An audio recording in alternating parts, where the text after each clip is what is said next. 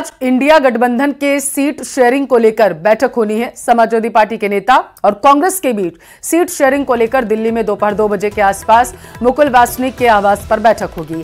आज seat sharing को लेकर के दूसरे दौर की चर्चा होगी। समाजवादी पार्टी के नेताओं के अलावा कांग्रेस की नेशनल अलायंस कमेटी और यूपी कांग्रेस के नेता मौजूद रहेंगे।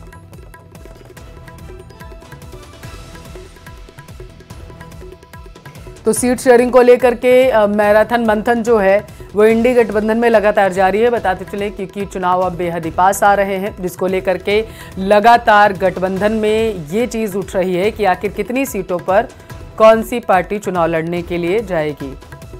तो 2 बजे से इस बैठक को शुरू होना है, ऐसी जानकारी है। पीएम मोदी केरल में है। पीएम मोदी ने बताया जा रहा है कि गुरुवायूर मंदिर में पूजा की।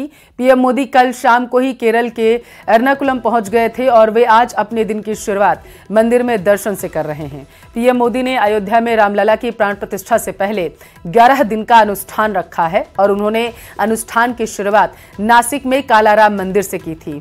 बताते चले कि कल वे आंध्र प्रदेश की लेपाक्षी में वीरभद्र मंदिर में पूजा की थी। रंगनाथ रामायण के छंद सुने थे उन्होंने। और आज पीएम मोदी केरल के गुरुवायूर मंदिर में भगवान श्री कृष्ण के बाल रूप का दर्शन करने के लिए पहुंचे हुए हैं। तो पीएम ने अपने दिन की शुरुआत आज मंदिर में पूजन अर्चन के साथ की।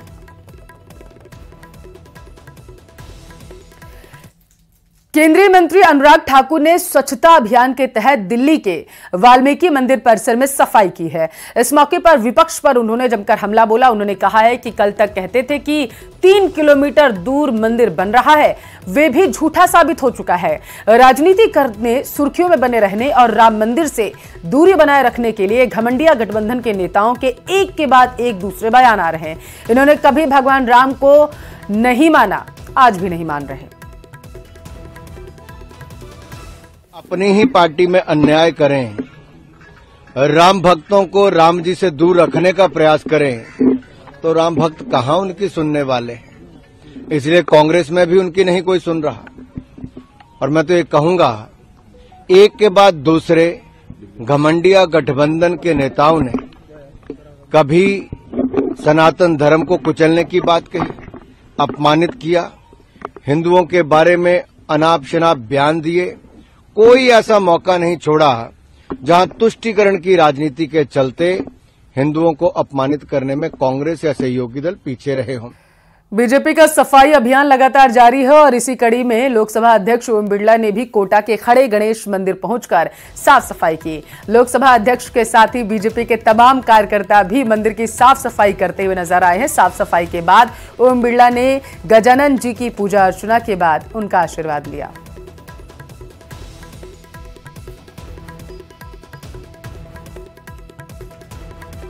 बीएसपी अध्यक्ष मायावती ने फिर से विपक्ष गठबंधन का हिस्सा बनने से साफ तौर से इनकार कर दिया है। उन्होंने ऐलान किया है कि लोकसभा चुनाव में बीएसपी अकेले ही चुनाव लड़ेगी। उन्होंने अखिलेश यादव पर हमला बोलते हुए कि उन्हें गिरगिट कहा। तो वहीं अखिलेश यादव ने मायावती के गिरगिट वाले बयान पर पलटवार करते हुए कहा है कि समाजवादियों ने मायावती को हमेशा सम्मान दिया। उन्होंने बीजेपी का नाम लिए बिना कहा है कि मायावती ने यह बयान किसी के दबाव में दिया होगा। हाल ही में विपक्ष के इंडिया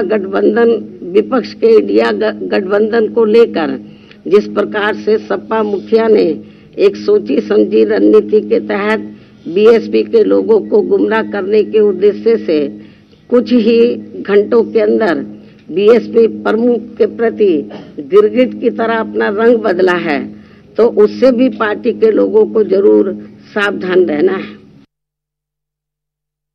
जहां तक आप बहुजन समाज पार्टी के बारे में कह रहे हैं, समाजवादियों ने तो सम्मान देने का काम किया है और हमेशा सम्मान कैसे बढ़े उसका भी कभी आपने देखा होगा।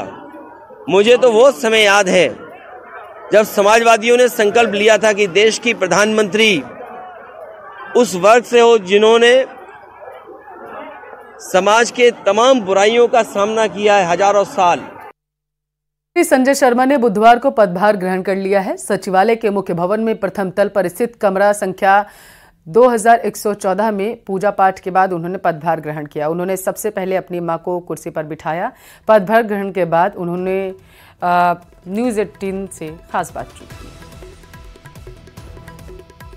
राजस्थान के नए वन मंत्री संजय शर्मा ने आज पदभार ग्रहण किया है। आप देख सकते हैं कि सचिवालय में यहाँ पर कमरा नंबर 2114 में अपने परिवार का आशीर्वाद लेकर के पूरे विधि विधान के साथ में यहाँ पर बाकायदा सबसे पहले अपनी मां को यहाँ पर अपनी मंत्री की सीट पर बिठाया है और बिठा करके एक बहुत ही बढ़िया एक संदेश दिया है कि किस तरह से एक राजनीतिक अपने राजनीति के सफर की शुरुआत करता है कि विधायक बनने के बाद में जब मंत्री बने तो मां सबसे पहले बैठी हुई है।